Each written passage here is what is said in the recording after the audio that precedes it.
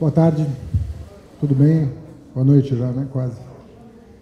Bom, conforme eu combinei com vocês, nem sempre a gente tem novidades para atender, infelizmente, vocês, e eu fico vendo vocês ansiosos por notícias e estou aqui disponível para prestar os primeiros esclarecimentos, a primeira coletiva nossa.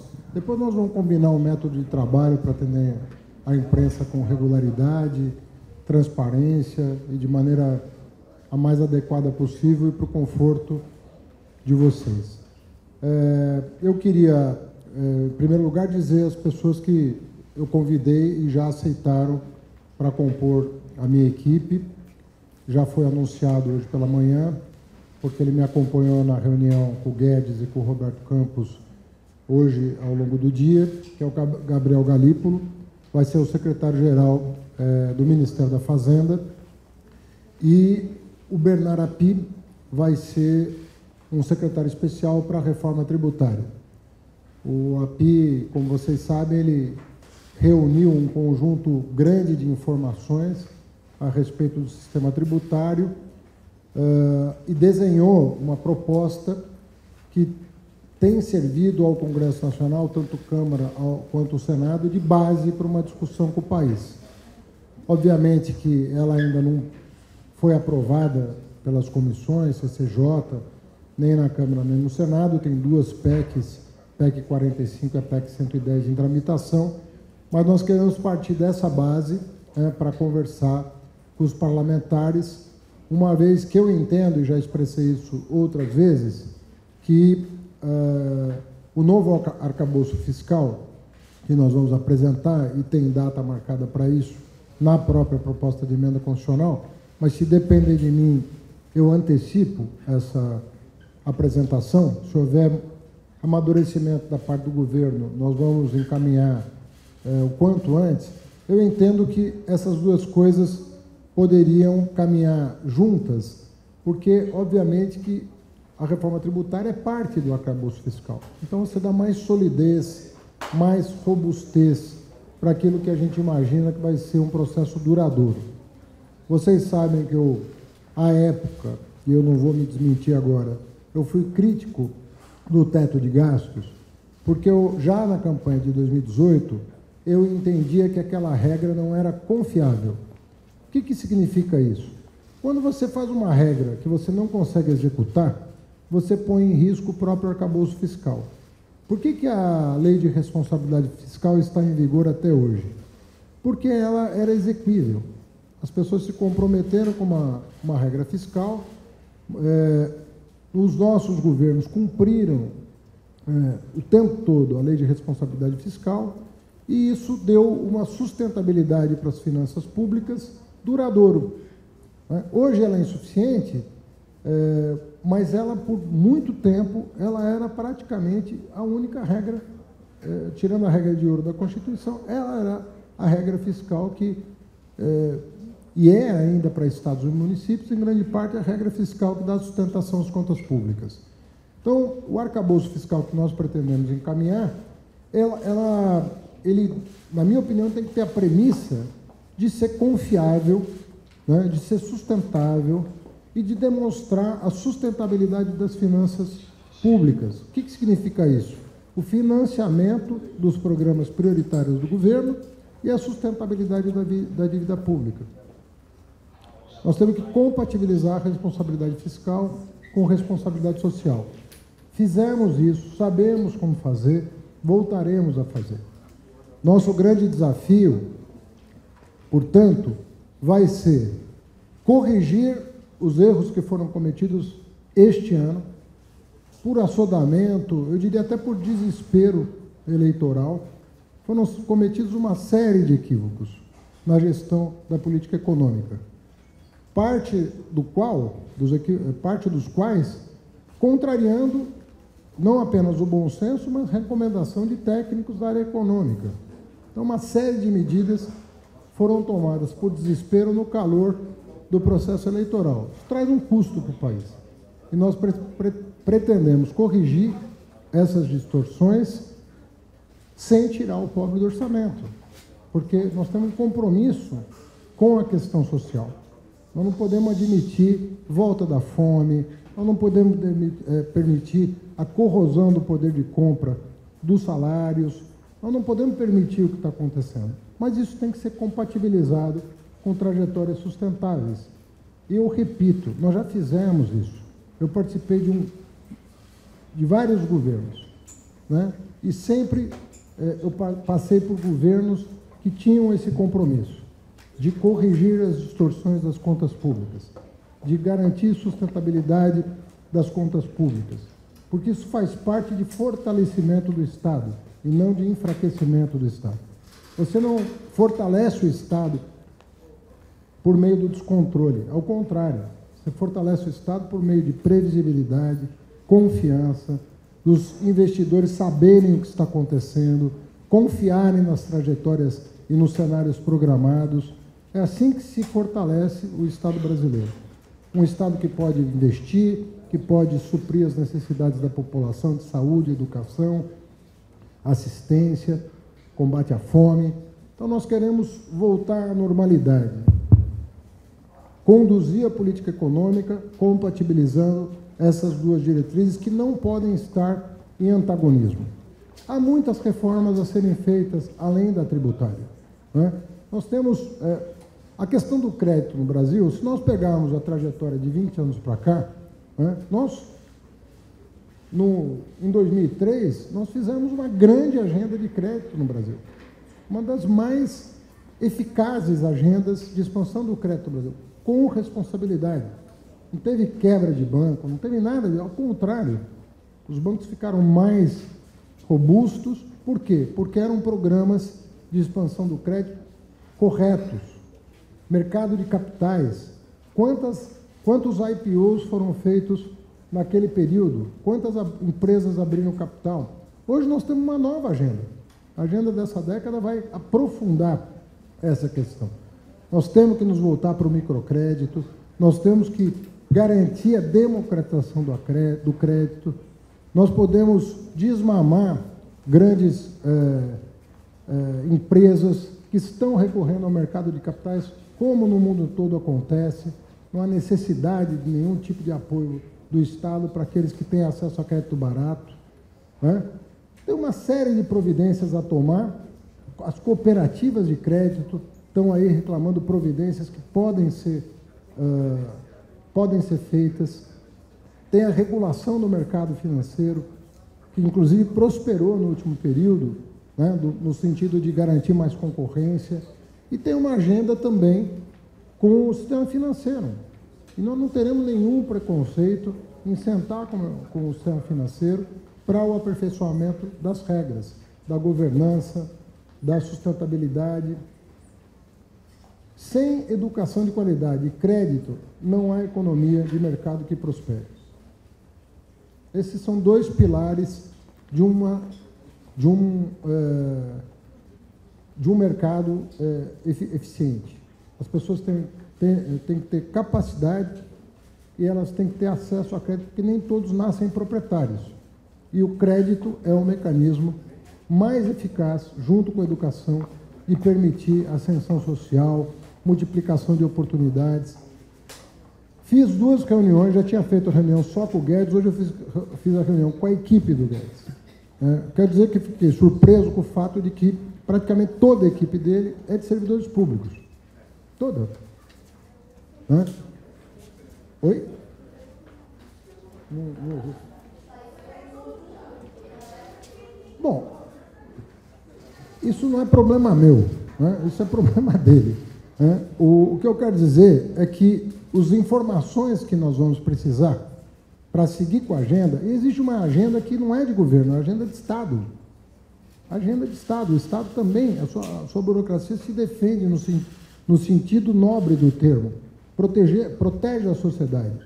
Protege a sociedade e tenta aperfeiçoar os mecanismos de proteção da sociedade. Isso tudo é uma agenda que nós vamos nos deter em todos os projetos que foram engavetados, que foram para o Congresso e não tiveram a atenção devida, para que essa agenda, educação, combate à fome, acesso a crédito, tributos justos, né, um sistema tributário eficiente, simples, transparente e eficaz, avance, né? Então, nós temos aí uma agenda bastante concreta para tocar e que vai dar condições para a gente avançar. Tive hoje uma reunião apenas com o presidente do Banco Central, né? Com a equipe eu vou ter em seguida, como fiz com o Guedes. Tive primeiro com ele, depois com a equipe. Oi? Não, tá ruim aqui a acústica. Depois eu vou ouvir vocês com mais calma. Fiz uma agenda com o presidente Roberto Campos, que também me recebeu muito bem. Tivemos uma conversa muito franca. Estamos com uma experiência nova no Brasil. Nem ele viveu, nem eu vivi. Eu sou o ministro da Fazenda, que vou ter que conviver institucionalmente com o presidente do Banco Central, que não foi nomeado pelo presidente eleito. Carrega 2 anos de mandato até 2024. E ele vai ter que conviver com o ministro da Fazenda, né, que não era aquele que o convidou para ser presidente do Banco Central. Então, tem uma questão institucional que começou bem. Nós tivemos uma reunião muito franca, alinhando conceitos, mais ou menos desenhando cenários de discussão de como proceder, de como trocar informações, de como trocar diagnósticos, de como interagir, para que o resultado que ele almeja seja o mesmo que eu almejo e a gente consiga atingir. Um país crescendo, com menos inflação e menos desemprego. É isso que nós queremos. Então, nós vamos trocar ideias. Tem gente na equipe dele que eu conheço, tem gente na minha equipe que ele conhece, a começar do Gabriel, mas conhece o API, conhece outros que eu vou convidar, mas ainda não convidei. Estou definindo posição. E nós vamos interagir da maneira como previsto. Eu tenho certeza que, tecnicamente, nós temos condição de ajustar as agendas em proveito do crescimento do país. Então, o respeito institucional vai ser muito observado, né? As equipes estão sendo orientadas para que isso aconteça e nós vamos interagir, né, sem outro objetivo que não seja o aperfeiçoamento mútuo dos nossos trabalhos. Cada um, né, com as suas atribuições, mas com a obrigação de buscar alinhamento. Eu termino dizendo uma coisa importante. Eu não acredito em médias para a solução de política econômica. Você não é uma política certa com uma errada, não dá uma mais ou menos certa. Nós temos que definir uma política econômica equilibrada, uma política econômica sensata, né, que vai garantir uma perspectiva de desenvolvimento. Nós temos problemas criados esse ano para corrigir. Não são problemas pequenos. Você teve uma série de medidas que alcançaram centenas de bilhões de reais, foram tomadas de forma assodada, sem cálculo de impacto, sem desenho adequado, programas feitos sem nenhum critério, filtros que foram retirados de programas sociais. Por exemplo, o INSS. Foram retirados os filtros de forma artificial para acabar artificialmente com a fila. De última hora. Quando você faz isso, você infla o seu cadastro e coloca 17 bilhões de reais na conta, né, de uma rubrica. De uma rubrica. 17 bilhões de reais na conta. E por aí vai. Estou citando o exemplo do INSS da fila, mas poderia falar de vários outros programas que foram feitos dessa maneira, sem preocupação com o desenho, sem preocupação com a qualidade do gasto, sem preocupação com a justiça do benefício, só pensando eleitoralmente e desesperadamente o que fazer para reverter um quadro eleitoral desfavorável. Essa é a real. Essa é a real. É isso que nós vamos ter que resolver o ano que vem. E nós vamos trabalhar para resolver. É um problema, o Brasil já viveu outros problemas, mas nós vamos trabalhar para resolver. E vamos resolver. Porque vamos ter uma equipe capacitada, disposição de trabalho. Estou muito feliz com a minha interlocução inicial tanto com o Senado quanto com a Câmara. Todo mundo está ciente que o problema é real e quer ajudar a resolver. Nós vamos encaminhar as melhores soluções para um problema real. As melhores soluções possíveis para resolver esse problema. E eu tenho certeza que a trajetória de investimento, de juro, de inflação, vão acompanhar esse esforço, que estará na direção correta. Dito isso, vou responder algumas perguntas. Eu tenho reunião com o ministro Rui Costa daqui a pouco, mas podemos te orientar algumas perguntas aqui. Só queria reforçar o combinado da gente fazer uma pergunta por veículo, tá? Para poder a gente atender mais pessoas. Boa noite, ministro. Marta Beck, da agência Bloomberg. Gostaria de pedir para o senhor falar um pouco... Está ouvindo? Estou. Gostaria de pedir para o senhor falar um pouco sobre o trabalho que o senhor espera fazer com o Ministério do Planejamento e queria pedir um comentário do senhor sobre a reação do mercado ao fato de que os primeiros nomes da equipe econômica foram nomes muito alinhados ao PT e existe uma cobrança aonde estaria a pluralidade do governo ao fazer aliança com o Geraldo Alckmin, trazer o Pércio Arida e o André Lara para essa equipe. Essas pessoas virão, essa equipe vai ser plural, de que maneira que ela vai trabalhar? Olha, eu peço até a gentileza de que vocês façam uma avaliação da equipe a hora que ela estiver montada, né? Eu estou anunciando um secretário executivo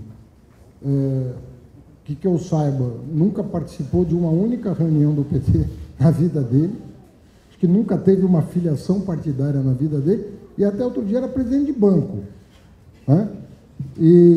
Então, eu acho, né, o Bernardo Api, se você consultar o mercado, né, eu não sei quem é o mercado, mas que vocês consultam, mas se vocês consultarem o mercado para quem vocês eventualmente ligam, eu duvido, né, que o Bernardo Api tenha alguma restrição técnica sobre a maneira como ele enxerga o mundo. É uma pessoa, uma dedicação incrível, né? E fez parte de um governo ultra exitoso, né, na área econômica. Então, eu realmente não consigo ver com os dois nomes que eu anunciei uma preocupação dessa natureza, sinceramente. E nem estou apresentando toda a equipe. Estou apresentando duas pessoas que, na minha opinião, tem muita respeitabilidade da sociedade em geral e do mercado em particular. Agora, eu não posso... Eu fui convidado para ser ministro da Fazenda do Brasil, né? Então, eu preciso pensar o país. Quando eu falo, eu tenho que resolver o problema sem tirar o pobre do orçamento, eu não sei se essa segunda parte muita gente concorda. Eu concordo, por isso que eu vim para um governo que tem esse princípio de que o pobre tem que estar no orçamento, tem que se ver representado, até porque é ele que paga impostos. A gente sabe que é no consumo que se tributa no Brasil. Então, como é que você vai tirar quem paga? O verdadeiro contribuinte, você tira dos serviços sociais, né, de educação, saúde, etc., dos direitos sociais. Então, sinceramente, eu não vejo, posso estar enganado, porque não conheço exatamente o mercado, mas eu não acho que o nome do Galípolo e do Beca sejam nomes que não tenham respeito, né? Uma coisa é concordar, outra coisa é o respeito como pessoas tecnicamente qualificadas para estarem nessa posição.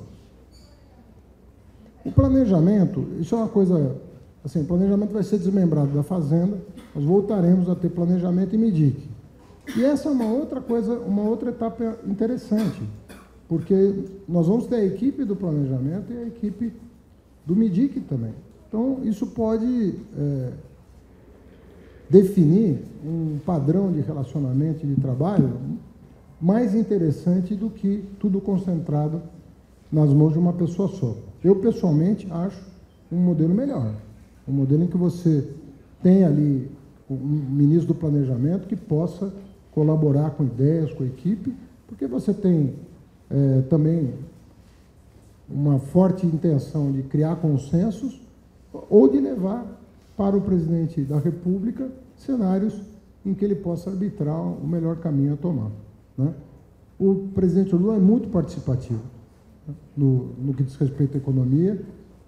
E é uma pessoa, eu fui da área econômica do governo dele durante um ano, e posso assegurar que é uma pessoa que não terceiriza responsabilidades, é uma pessoa que assume responsabilidades pela condução do país.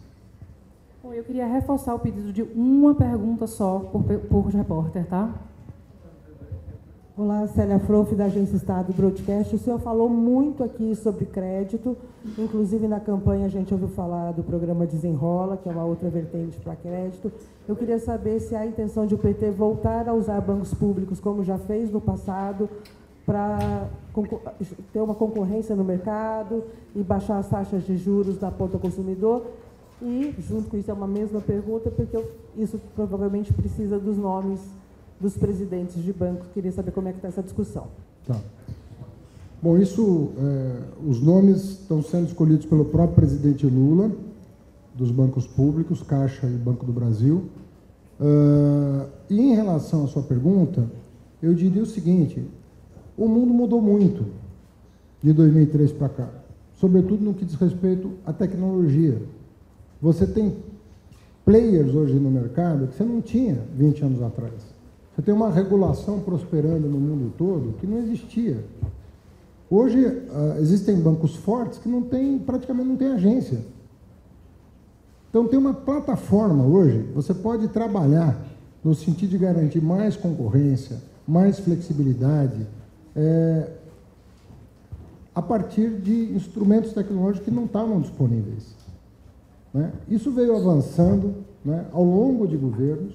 Né? Você teve TED, depois você teve PIX. Amanhã você pode ter PIX parcelado, você pode ter sistema de crédito pelo PIX, você pode ter muita coisa acontecendo.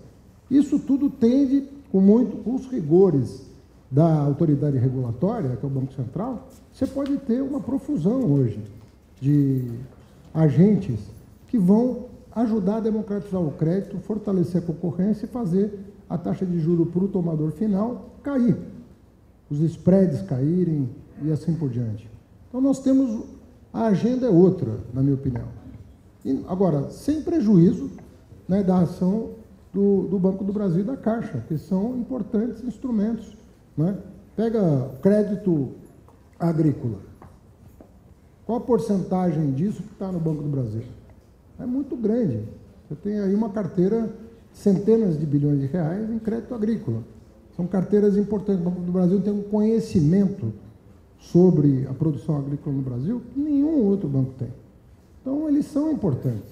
A Caixa Econômica tem um papel fundamental em programas sociais. A questão da gestão do FGTS, do Minha Casa Minha Vida, tudo isso tem muita importância. Mas, em relação à democratização do crédito, eu considero que nós vamos poder contar com um mundo novo que nos ajuda a garantir mais concorrência e queda dos spreads, queda da taxa de juros para o tomador final. Futuro ministro da Globo News, estamos ao vivo na Globo News. Queria lhe perguntar ontem ampliou a incerteza dos mercados o fato de uma possibilidade de mudança na lei das estatais, justamente para poder permitir indicações políticas. A gente sabe que isso também é do interesse de aliados do governo, poderia ser do governo. Queria lhe ouvir sobre isso. E uma dúvida também, o senhor fala sobre enviar um projeto de âncora fiscal para o Congresso. Já está no Congresso, por exemplo, todo um plano de corte de benefícios tributários, só que uma vez chegou lá, está na gaveta e não sai. Qual seria o empenho do governo em aprovar uma âncora fiscal nova? Olha, eu considero que um arcabouço fiscal novo imprescindível, né? Uma vez que o atual ele praticamente decaiu, né? Ele não é respeitado já há alguns anos, né? 3 ou 4 anos que ele não é respeitado, e esse ano, que eventualmente ele poderia ser, com o chamado fim da pandemia, que não ocorreu de fato, mas diminuiu o peso, né, do enfrentamento, né, do ponto de vista orçamentário, isso não aconteceu. Então, eu volto ao que eu disse, né? Foram tomadas medidas assodadas, desesperadas, que desorganizaram os programas sociais, desorganizaram as contas públicas, e que hoje nós estamos tendo que enfrentar. Nosso desafio é, o ano que vem, tomar medidas de curto prazo, no sentido de garantir a sustentabilidade das contas públicas, trajetória, né, da dívida, etc., queda da taxa de juros, sobretudo juro futuro, mas nós temos que pensar o médio e longo prazo, porque se ficarmos prisioneiros do curto prazo, nós não vamos entregar para o país o que ele precisa para dar. Hoje os investimentos, às vezes tem prazo de 20, 30 anos. Você faz uma PPP, vocês sabem que eu falo muito em PPP, acredito muito, fui o autor da lei das PPPs no governo federal, quando assessor especial do ministro do Planejamento. O Brasil é um destaque em PPPs, e essa lei ajudou muito a destravar investimentos. Ainda há travas que podem ser superadas, mantendo um ambiente robusto de controle, sem nenhuma irresponsabilidade. Mas há uma ansiedade por investimentos de longo prazo, e nem sempre isso cabe no mercado de capital privado. Nem sempre. Quando cabe, tanto melhor. Não queremos substituir o sistema bancário no financiamento do investimento.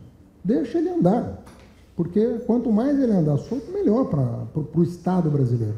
Mas há algum tipo de investimento em que isso exige a participação do Estado, justamente as PPPs.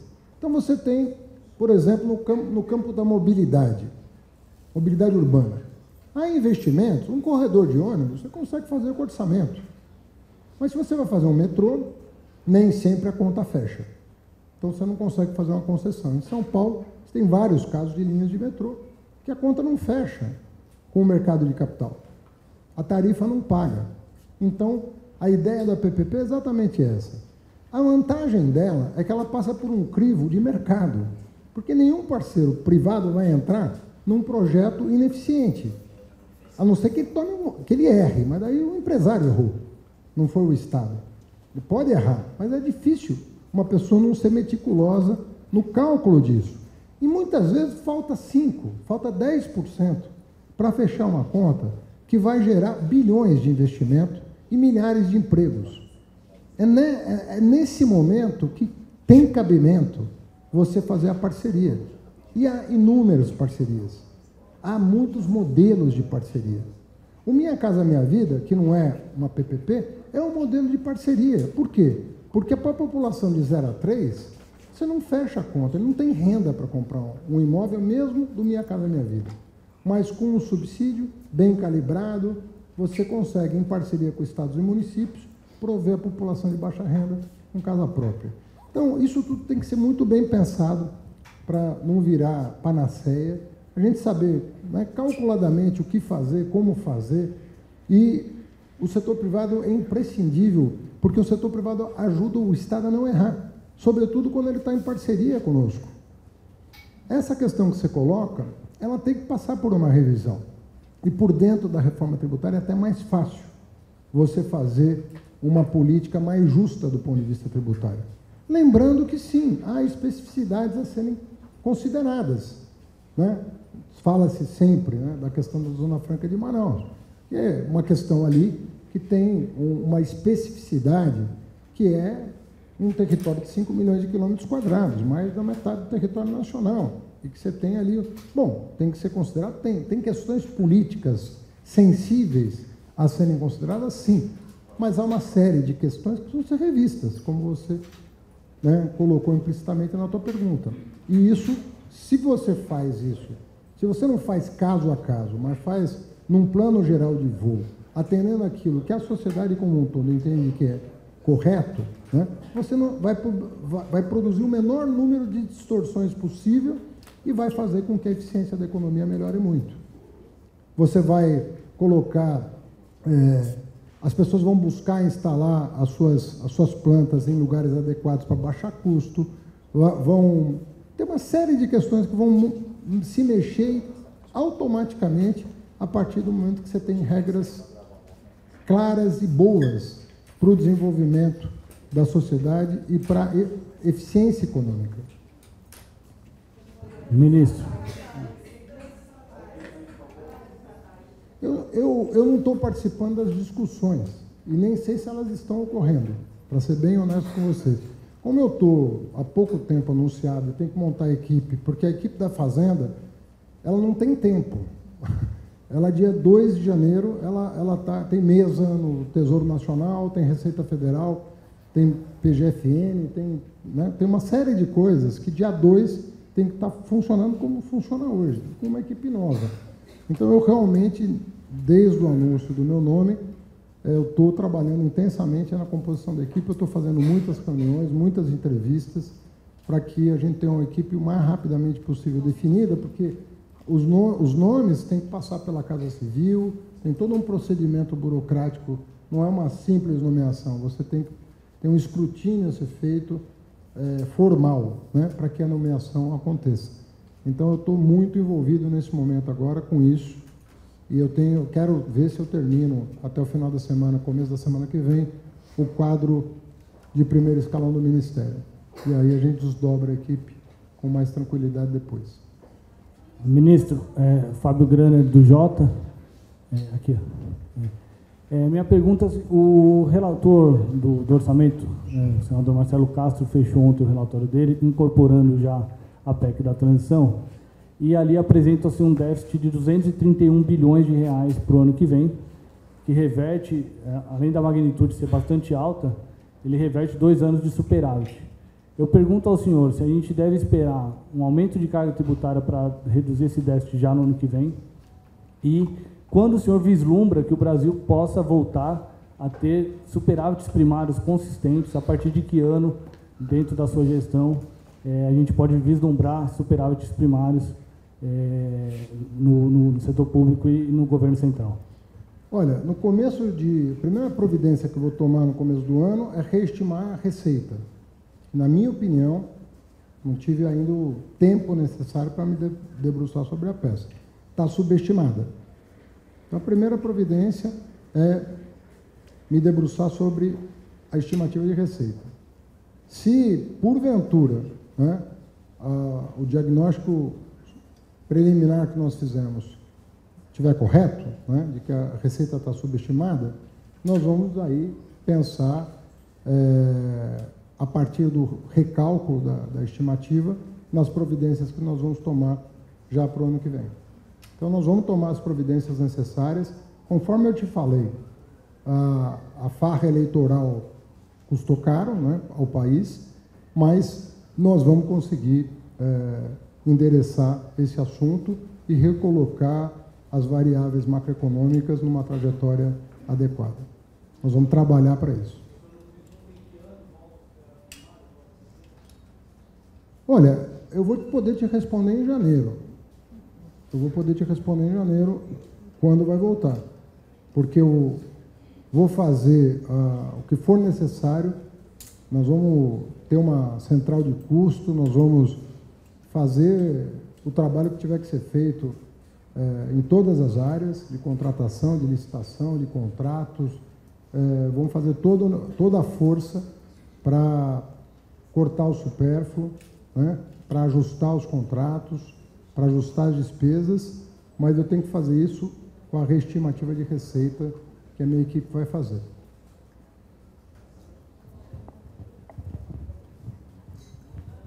Oi, ministro Bernardo Caram, da Reuters. Eu sei que tem muita coisa ainda em elaboração, mas alguns membros da sessão já vêm pincelando ideias e diretrizes. O senhor tem em mente já quais seriam as linhas do que pode vir a ser um arcabouço fiscal, se uma âncora de dívida, se é necessário uma regra de gasto especificamente? E no fiscal, qual a sua posição sobre desoneração de combustíveis? Olha, em relação ao arcabouço fiscal, nós estamos recebendo propostas, uma delas, inclusive, do grupo de transição. Os 4 economistas que compuseram o grupo de transição estão apresentando um arcabouço fiscal. E isso vai ser levado em consideração. Governo de transição é governo de transição. Mas O Tesouro Nacional fez uma proposta, esse grupo fez uma proposta, e eu entendo que nós temos um prazo. Você vê que o próximo Congresso assume em fevereiro, né? Então, nós temos aí algum tempo para nos debruçarmos sobre essa proposta e validarmos ela com o presidente da República, né? O presidente da República não tomou conhecimento das propostas que foram oferecidas. Então, nós vamos elaborar uma proposta para o presidente, submeter ao governo como um todo, porque isso vai afetar todos os ministérios, vai afetar a sociedade brasileira, vamos explicar os benefícios da proposta que nós fizermos e encaminhar ao Congresso Nacional. A PEC, ela tem um prazo de alguns meses para a gente apresentar o arcabouço fiscal, o novo arcabouço fiscal. Eu não pretendo usar o prazo que está lá, isso eu posso te assegurar. Não pretendo usar o prazo da PEC. Eu vou tentar entregar o quanto antes, porque eu entendo que isso vai fortalecer o debate sobre reforma tributária. Então, uma coisa tem sinergia com a outra, nós podemos avançar no primeiro semestre. Para avançar no primeiro semestre, eu preciso encaminhar para o Congresso com alguma antecedência. Então, eu vou dar uma olhada no relatório do orçamento, né, que foi apresentado agora, e temos que esperar também a decisão sobre a PEC da transição. Tem decisões que têm pressupostos, né? Tem pressupostos. E 2 dos pressupostos dessa decisão é justamente o déficit fiscal e a tramitação da PEC. Se eu não tiver essas 2 leis na mão, eu não tenho como tomar uma decisão a respeito, nem sugerir uma decisão do presidente da República. Então, eu preciso da PEC aprovada, do orçamento aprovado, e aí eu levo a consideração do presidente.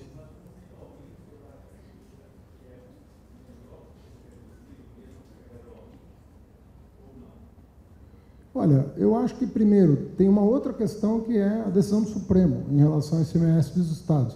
Você vê que tem muita variável em jogo, né, que decisões que estão sendo tomadas agora.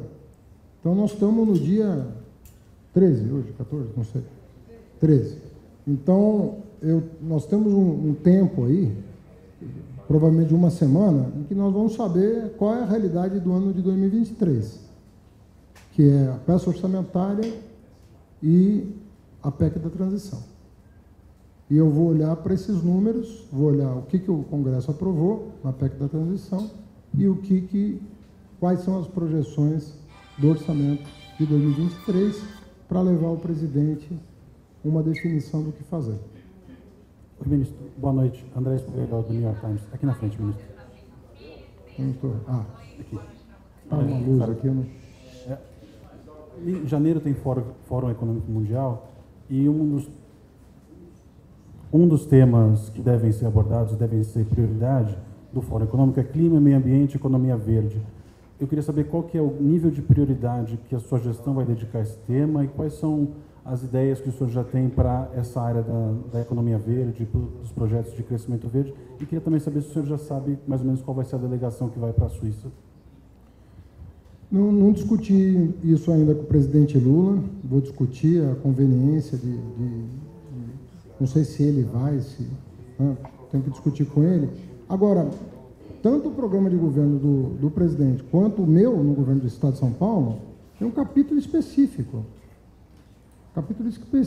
sobre transição ecológica, né? Então, quem quiser saber o nosso pensamento a respeito disso, basta ler os compromissos que nós assumimos, tanto ele quanto eu, na agenda ambiental, né? A própria reaproximação com a Marina Silva, tudo isso tem um sentido, a ida do presidente à COP27, a maneira como ele foi recepcionado, o desejo dos chefes de Estado imediatamente dialogarem com o Lula a agenda ambiental. Praticamente todas as grandes economias já estão agendando com o presidente Lula encontros no primeiro semestre do ano que vem. O primeiro item de pauta é a questão ambiental e os investimentos estrangeiros no Brasil. O presidente Lula pode ter uma grande capacidade de atração de investimento externo no Brasil. Grande, sobretudo, se nós tivermos o compromisso com o meio ambiente, que isolou o Brasil. Essa questão isolou o Brasil do resto do mundo. Não é pouca coisa o presidente Lula ter ganhado as eleições no âmbito dos não residentes. Pela primeira vez isso aconteceu. Os não residentes votaram majoritariamente no presidente Lula, porque a nossa imagem no exterior estava absolutamente degradada. Absolutamente degradada. Houve um alívio internacional pela importância da economia brasileira, do ponto de vista da geração de energia limpa, das novas tecnologias, do carro, do motor híbrido flex, do hidrogênio verde, do parque eólico do Rio Grande do Norte, das placas fotovoltaicas em fazendas enormes do interior de São Paulo, interior de Minas. Essa é a agenda que nós estamos, que está na ordem do dia. E eu penso que, se nós fizermos bom uso do prestígio internacional do presidente Lula, nós vamos, e a credibilidade que ele tem em relação aos compromissos internacionais que ele assume, nós podemos atrair muito investimento para o Brasil. Isso pode dinamizar o crescimento dos próximos anos. Não tenho dúvida que isso vai acontecer. Oi? Eu, pessoalmente, era candidato ao governo do Estado, de São Paulo, mas eu vou me debruçar sobre isso com a equipe para a gente fazer. Tem muita coisa no âmbito da recuperação de áreas degradadas. Nós temos 30 milhões de hectares degradados no Brasil. Eu já recebi indicações lá no Egito de investidores estrangeiros que querem investir na recuperação dessas áreas. Nós já sabemos que não precisamos desmatar nada para garantir aumento da produção do agronegócio ou da agricultura familiar, nada disso. Nós temos terra nua e degradada que pode ser recuperada e colocada à disposição dos produtores. Para isso vai precisar ter investimento nacional e estrangeiro, e o ambiente de negócio não poderia ser melhor para essa finalidade. Valeu. Ministro, boa noite. Débora Bergamasco, do SBT. Eu vou responder mais duas perguntas, a da Débora e mais uma, a última. Obrigada. Obrigado a você. Em uma coletiva na semana passada, o economista Antônio Corrêa de Lacerda, ele falou que Lula tinha falado, né, que a política econômica não vai ser do ministro da Fazenda, vai ser uma política econômica desenvolvida assim pelo governo, ao contrário do que é no atual governo de Jair Bolsonaro, e que seria uma política econômica discutida e executada pela Fazenda, Planejamento e MDIC. Eu queria saber se o senhor conversou sobre isso com o presidente Lula, se ele falou sobre essa orientação, o que o senhor acha, né, dessas decisões aí, dessas atuações nesse trio de ministérios. E eu queria saber também o que o senhor conversou reservadamente com Paulo Guedes hoje no almoço, na reunião. Não, sempre quando você vai fazer uma reunião com a equipe, você prepara a reunião antes. Qual a pauta, qual a agenda, como nós vamos nos apresentar, qual é o objetivo da reunião. Então, ali foi uma fala muito rápida, sei lá, 15, 20 minutos, antes de subir para a reunião e encontrar todo mundo. Eu senti um clima, como na primeira reunião, um clima ótimo. Está sendo feita a transição que é prevista em lei ser feita, sabe? Com cordialidade, com transparência. Até aqui, eu quero dizer, já elogiei, elogio de novo. Reuniões em ambiente republicano, né? Temos um país para tocar. Espero a mesma coisa do Banco Central, a julgar pela maneira como o presidente Roberto Campos Neto nos recebeu. Clima, todo mundo sabendo do que está falando, não tem nenhum desavisado na reunião, todo mundo sabe quais são os desafios que estão colocados, e a melhor coisa do mundo é quando você sabe o desafio que você vai enfrentar. Você sabe o real problema que você tem que enfrentar. E, obviamente, tem protocolos que precisam ser respeitados, né? Tem coisas que são faladas reservadamente. Agora, eu falo aquilo que eu acho para vocês. Quando eu falo que nós damos uma lambança eleitoral que precisa ser corrigida, é uma opinião pessoal minha, compartilhada por 90% dos economistas sérios desse país. É uma lambança. Então, vamos corrigir, vamos adequar e vamos, além de corrigir o que foi feito de errado, fazer o que não foi feito de certo. Se a gente fizer essas duas coisas, o Brasil retoma. Economia grande, pujante, a liderança extraordinária na presidência da República, homem respeitado no mundo inteiro, desejo de parceria do mundo com o Brasil, né? E essa coisa do chamado nervosismo de mercado passa logo, vamos passar um Natal bom, um Ano Novo bom, pensar no futuro, né, e no progresso do Brasil. Por que você vai excluir a Casa Civil da política econômica? Por que você vai excluir os outros ministérios, o Ministério de Gestão da política econômica? Isso é um grupo de pessoas. Não existe o dono da verdade em política econômica. Tá? Não vejo dessa forma. Eu não acho que política econômica é atribuição exclusiva de economista. Eu acho que você tem um projeto, você tem parceiros, você tem a percepção na ponta do que está acontecendo e você vai buscar as soluções para esse projeto. Mas eu me sinto muito bem na convivência com esses companheiros que estão sendo anunciados e, mais ainda, a confiança no presidente Lula e na confiança que ele deposita em mim. Ministro, Adriana Fernandes, do Estadão. Eu queria ouvi-lo sobre a PEC. Queria saber uma expectativa que o senhor, no mercado, que o senhor ainda possa trabalhar para desidratar um pouco essa PEC, porque o mercado vê insegurança com a sustentabilidade da dívida. Queria saber o que o senhor pode falar sobre isso.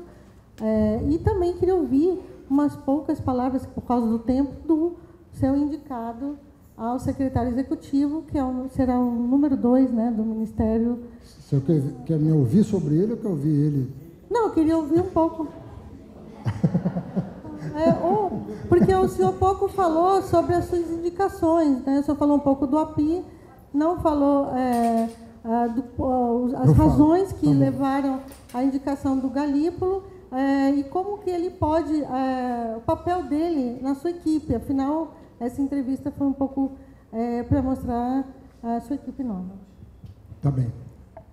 Bom, o Galípolo é uma pessoa de quem eu me aproximei pouco mais de um ano e tivemos uma interação muito importante ao longo da campanha do presidente Lula e eu me identifiquei com a visão de mundo dele a ponto de indicá-lo como número 2. Ele é vice-ministro, ou seja, na minha ausência ele fala por mim, ele coordena a equipe e eu tenho uma visão de conjunto muito parecida com a do Galípolo.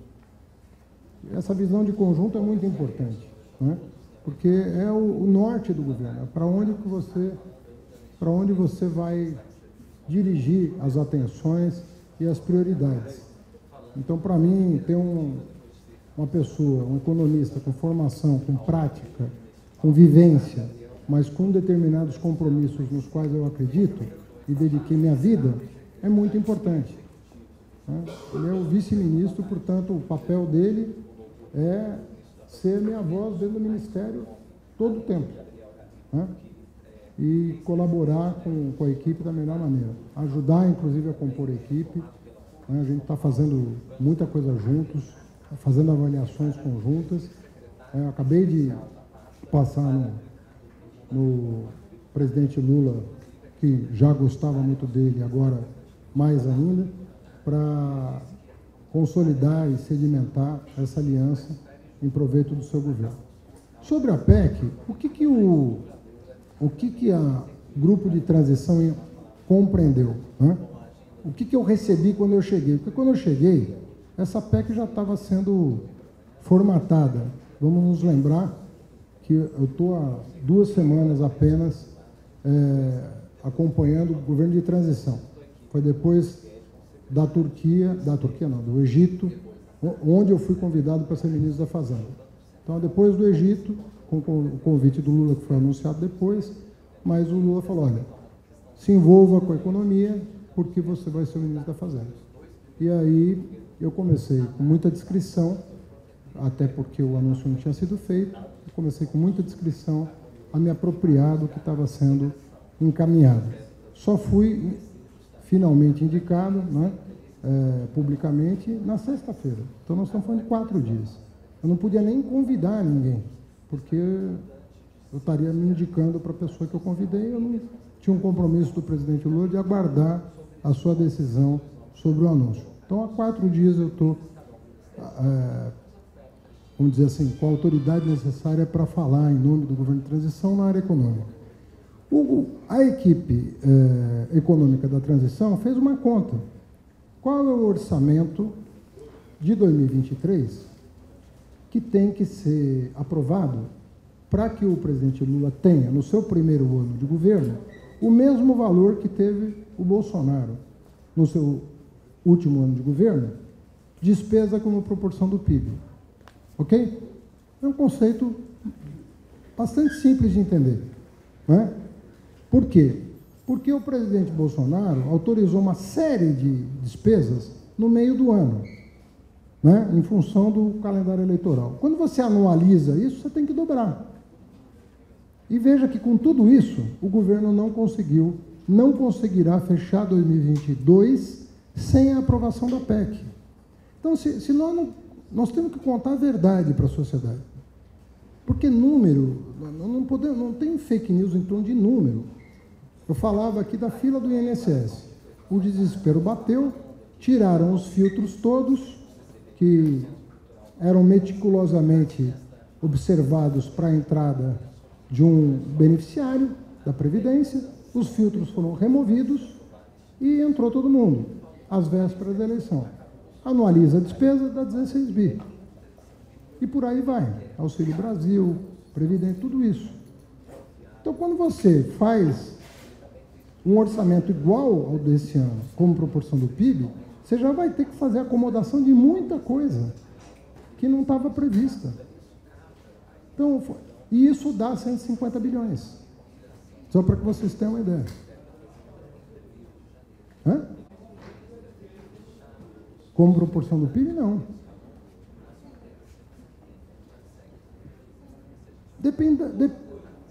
Bom, 0,1, talvez. Mas estou dizendo, é o mesmo valor.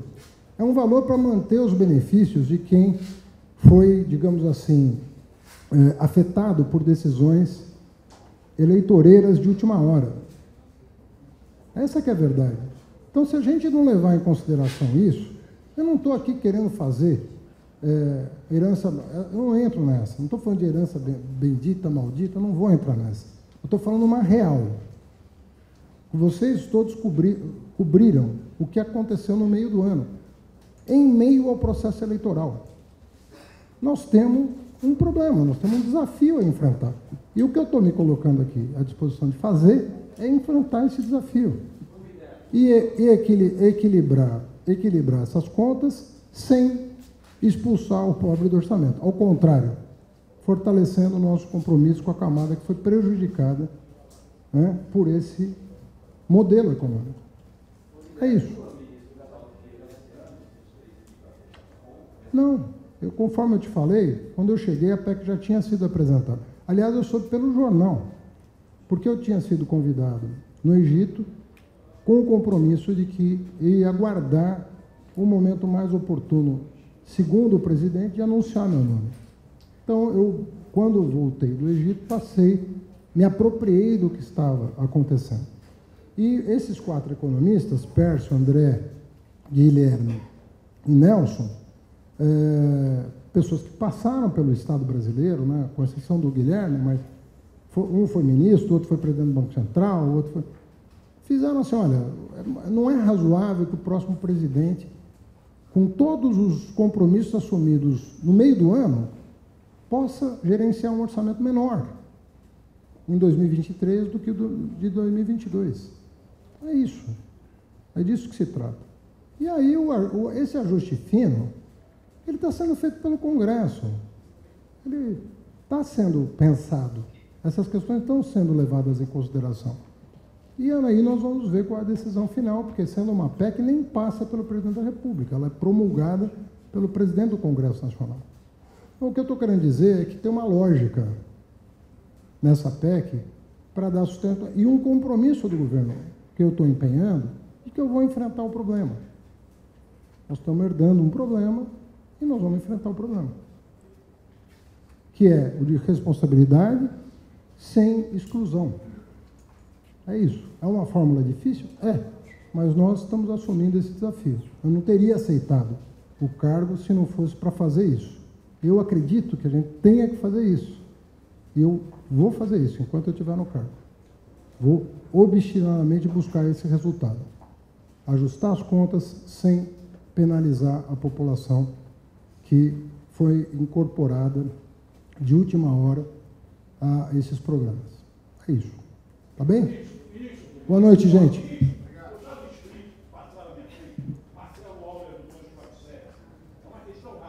Pois não. O que o senhor acha do fato do Banco do Brasil estar vendendo no Rio, no último mês do governo, o seu prédio central no valor de 311 milhões, se antecipando ao governo que vai entrar?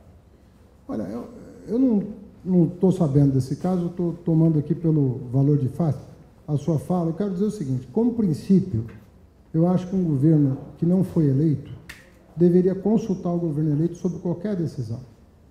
Qualquer decisão. Sobretudo decisões importantes, né? Não as decisões ordinárias do dia a dia para manter a máquina funcionando, mas essas questões mais cruciais, licitações, venda de patrimônio, tudo isso poderia ser objeto de uma discussão. E se o governo eleito entende que não é o caso, né, ele deveria ser atendido. É o que eu faria, é o que eu fiz, aliás. Quando eu era prefeito de São Paulo, eu não ganhei a eleição e agi da maneira mais republicana com o meu adversário que ganhou as eleições. Da maneira mais republicana, a ponto de ser elogiado na posse. Maneira transparente, republicana, sem aproveitar os últimos minutos, sabe? É uma coisa que não é boa para o país. É um mau exemplo. Acho que o governo tem que consultar, tem que falar. Isso que é procedimento democrático. Agora, aquilo que houver acordo, toca, para não perder nenhum dia. É assim, na minha opinião, que se deve fazer. E eu não estou falando por hipótese, é assim que eu agi. Então, faria a mesma coisa. Então, acho errado não seguir esse protocolo. Boa noite, gente. Tudo de bom.